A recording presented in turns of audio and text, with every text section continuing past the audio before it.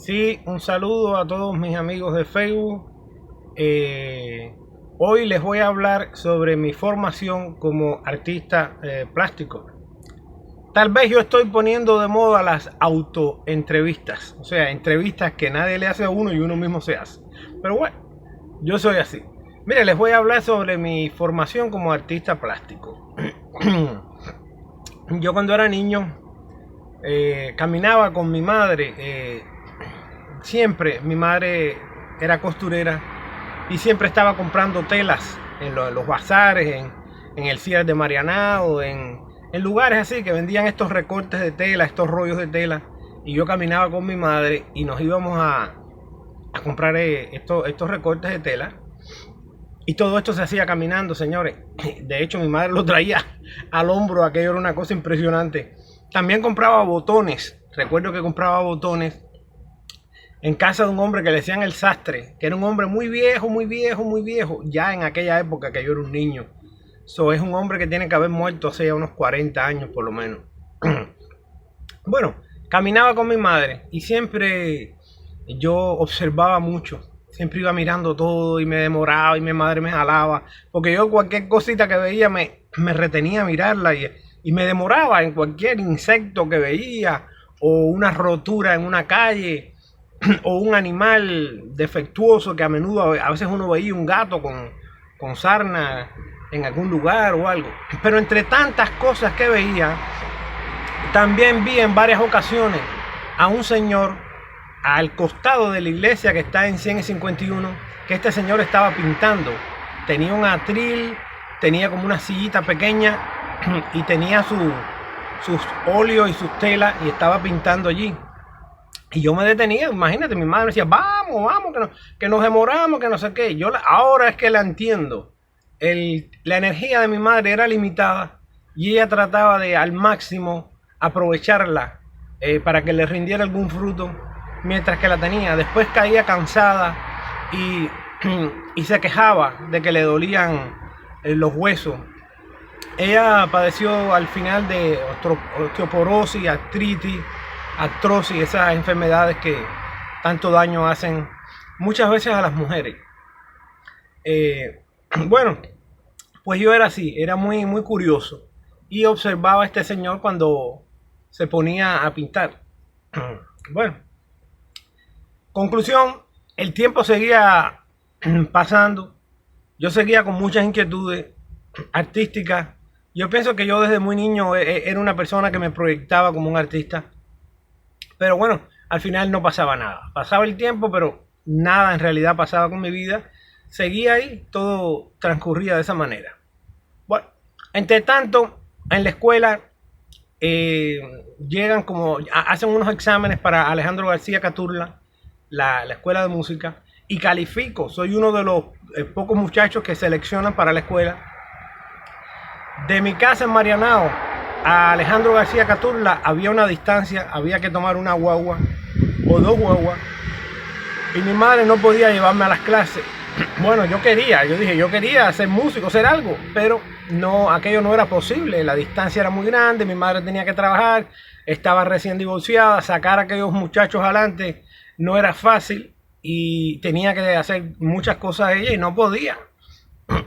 Conclusión, no pude ingresar en Alejandro García Caturla. Bueno, entre tanto yo seguía con mis inquietudes artísticas, hacía en la casa imitaciones de actores famosos que veía en la televisión y siempre estaba inconscientemente, trabajaba en un barilengüe que yo mismo no sabía qué quería decir, por qué lo hacía, de dónde venía eso. Mi padre decía que era de un tío de mi padre que era analfabeto, que era un gran decimista, pero no sabía escribir y no sabía leer. Sin embargo, era muy peligroso en las controversias, en las décimas, porque no había manera de ponerle un pie adelante. Era un hombre que era muy rápido y a pesar de que el conocimiento que tenía lo había adquirido conversando con las personas, mirando y escuchando, porque no sabía leer. Parecía un gran intelectual cuando hablaba. Bueno, pasa el tiempo, yo sigo creciendo. En una ocasión nos mudamos Y cuando nos mudamos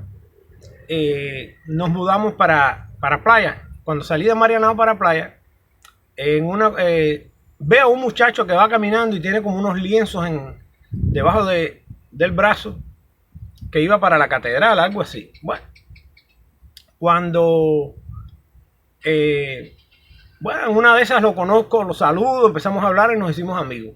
Ya yo había hecho muchos dibujos pequeños que yo no sabía en realidad qué eran. Por suerte nunca los deseché, nunca los boté. Siempre los conservé ahí. Tenía muchos dibujitos, eran dibujos de animales, cosas así.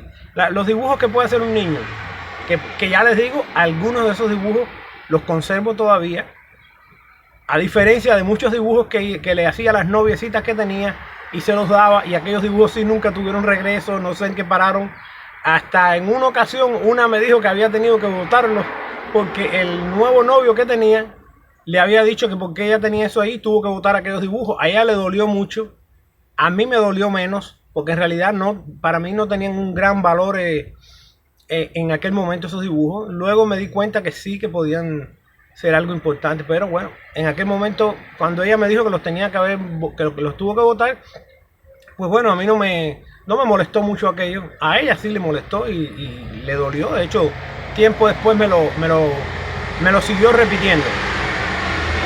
Bueno, para no cansarle, a aquel amigo nuevo que era pintor, que era joven, lo empecé a visitar en un tallercito que tenía, que el taller era un garaje que él había acondicionado y pagaba una renta para pintar allí y pintaba sus cuadros allí. Enseguida que empecé a ver cómo él montaba un cuadro, primero cómo cortaba la tela, cómo cortaba la madera, cómo hacía el cuadro, cómo clavaba la tela sobre el marco de madera, después cómo daba la capa de yeso en el canvas, y después cómo iba arriba ejecutando la pintura. Pues bueno, enseguida que lo vi, que lo hizo 2 veces, ya me di cuenta que aquello era algo que yo podía hacer. Incluso él mismo me lo dijo. Después que él habló conmigo un poco, vio lo que yo hacía, los dibujitos aquellos y el conocimiento que ya yo tenía del arte, él se dio cuenta que aquello yo lo podía hacer. Bueno, para no cansarle, para no repetir lo mismo, empecé a pintar sobre unas láminas de mármol que me había encontrado. Me encontré como 20 o 30 láminas de mármol grandes, cuadradas, muy finas, y empecé a pintar unos torsos sobre aquellas láminas de mármol. Bueno, automáticamente aquellos torsos, él los vio y me dijo que sí, que estaban bien, que era increíble, que automáticamente los empecé a llevar a la catedral, donde él también vendía sus pinturas.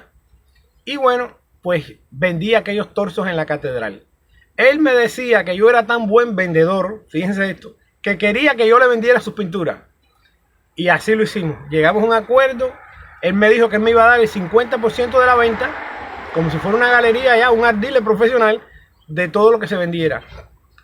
Y bueno, después que vendí los 30 o 30 y pico de torsos que hice sobre mármol, enseguida arranqué con 4 pinturas de él para la catedral y se las vendí.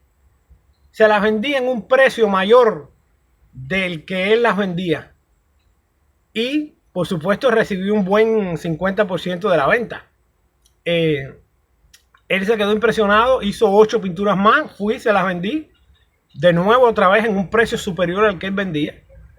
Él me preguntó que qué yo había hecho para vender aquellos cuadros y yo le dije muy fácil, todo lo que tienes que hacer es no ir más por la catedral, porque yo dije que estabas en Italia y que estabas cotizado y que ahora yo te estaba vendiendo unas pinturas que quedaban.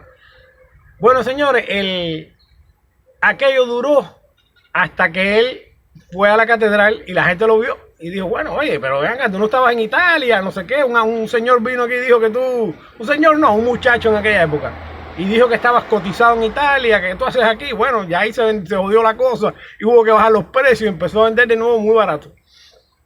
Pero esta es la manera en la que a veces un artista se va formando. Después, cuando matriculé en el Teatro Nacional de Cuba, hice muchos retratos de los mismos actores y actrices que estaban en el grupo. Fue un total igual de nuevo, fueron unos 20 y pico de retratos en esta ocasión, 20 y pico de retratos. Los retratos no eran gran cosa, no se veía ese trabajo hiperrealista que muchas veces se hace en el retrato, y hoy en día uno ve un retrato y realmente es muy parecido a la persona. No, estos retratos variaban. En ocasiones no se veía mucho la persona, porque yo había oído decir que lo importante era captar la esencia del ser humano y transmitirla en el arte, y no el ser humano como tal, no el rostro hiperrealista, el rostro exacto de la persona.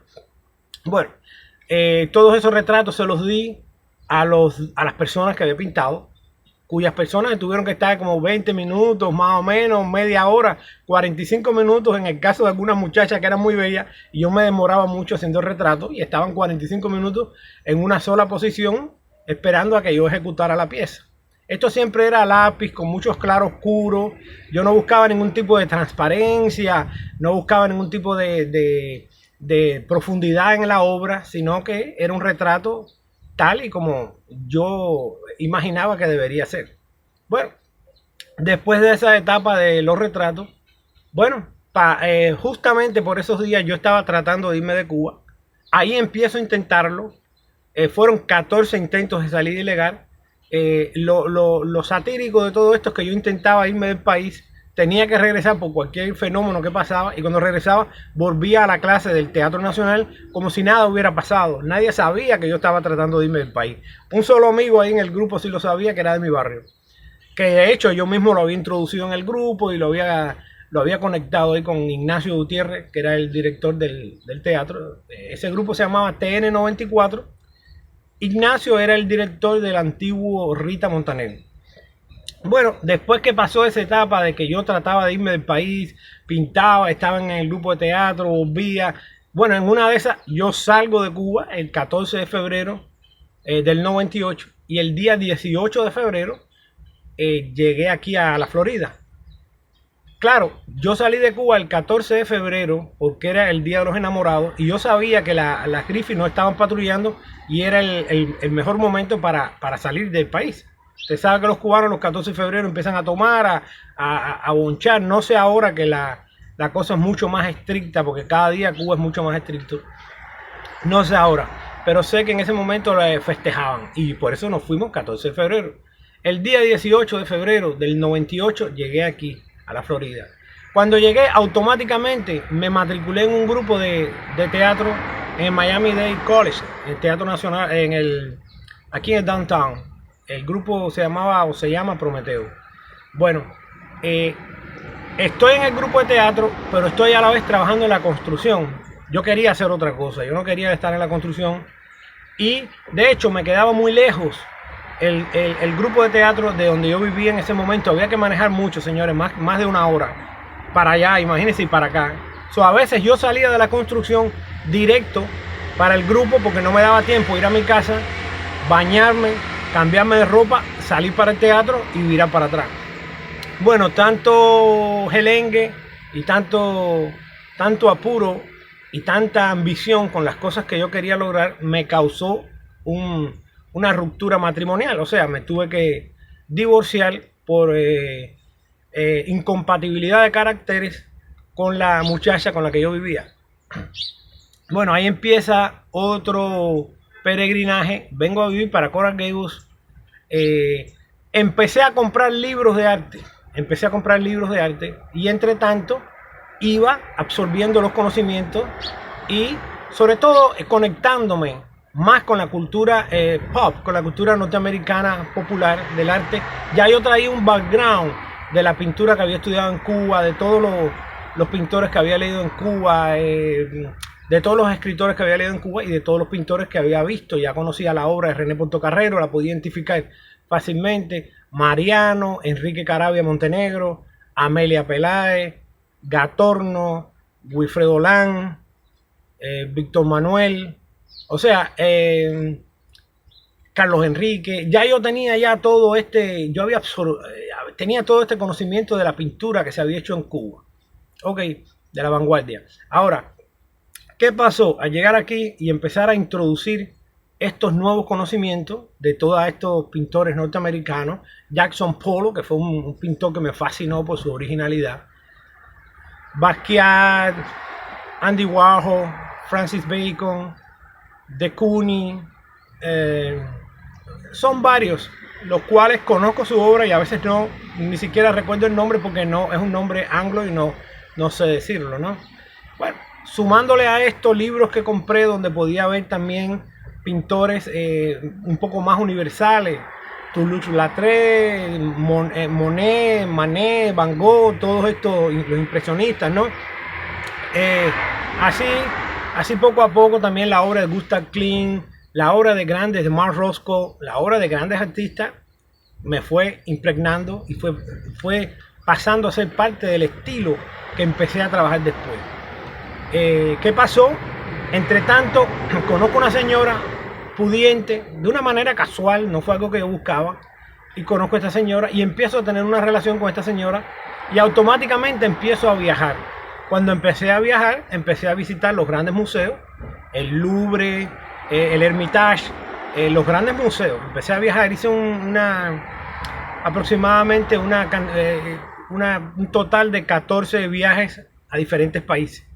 En esos 14 viajes pues siempre me acerqué a los museos y seguí absorbiendo todo este conocimiento que había en los museos. Esto pasó a ser parte de lo que pinté después. Claro, lo que yo pinté no está excepto de lo que yo había visto ya en mi infancia. Sobre todo algunos pintores que de algún modo influyeron en mí. Estoy pensando en Wilfredo Lang, estoy pensando en Mendive, que fueron pintores que me llamaron mucho la atención.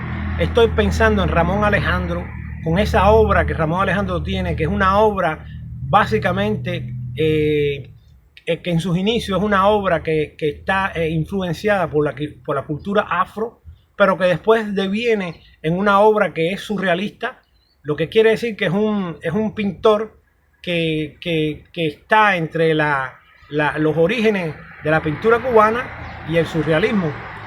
Está la obra también de José Bedia, que es una obra también muy curiosa, una obra que en momentos tiene matices de la pintura antigua, de la pintura egipcia, y también en momentos es una pintura muy cubana, muy africana, pero también impregnada de un modernismo total que supongo que tiene que haber absorbido a medida que fue visitando museos y fue viendo los shows de arte que se hacen aquí en Art Basel, que es básicamente la obra, es un concepto. Bueno, ese fue el resultado final de mi obra. Después de todo este conocimiento, después de todo esto que absorbí todo esto, mi obra fue y es lo que se está viendo hoy. Esto es lo que estoy trabajando hoy en día. Esta es la obra que yo hago. Fíjense cuánto he tenido que recorrer desde niño, cuánto he tenido que mirar para poder hoy en día pintar de la manera que pinto, que a mi entender es una pintura que yo en ocasiones defino como pop naif, pero de naif no tiene nada, tal vez de pop, de popular tiene, pero es una obra que siempre denuncia un hecho, que siempre critica algo que ha sido injusto y que siempre trata de dignificar a los que menos les ha sonreído la fortuna. Señores, básicamente esto es una trayectoria sobre mi formación pictórica. Siempre se me quedan muchas cosas cuando uno improvisa, cuando uno no tiene las cosas escritas y uno se vale solo de la memoria. Hay muchas cosas que se pueden quedar. Ya he dicho en varias ocasiones que la emoción borra algo de la memoria. Yo les mando un saludo, ojalá que estén bien ustedes y su familia. Y estoy haciendo este tipo de autoentrevista ahora que está llegando el fin de año, porque es importante que de algún modo también nos conozcamos, que no sea solo las fotos sonriendo que ponemos en Facebook, sino que haya algo más de nosotros que la gente pueda conocer. Hasta luego.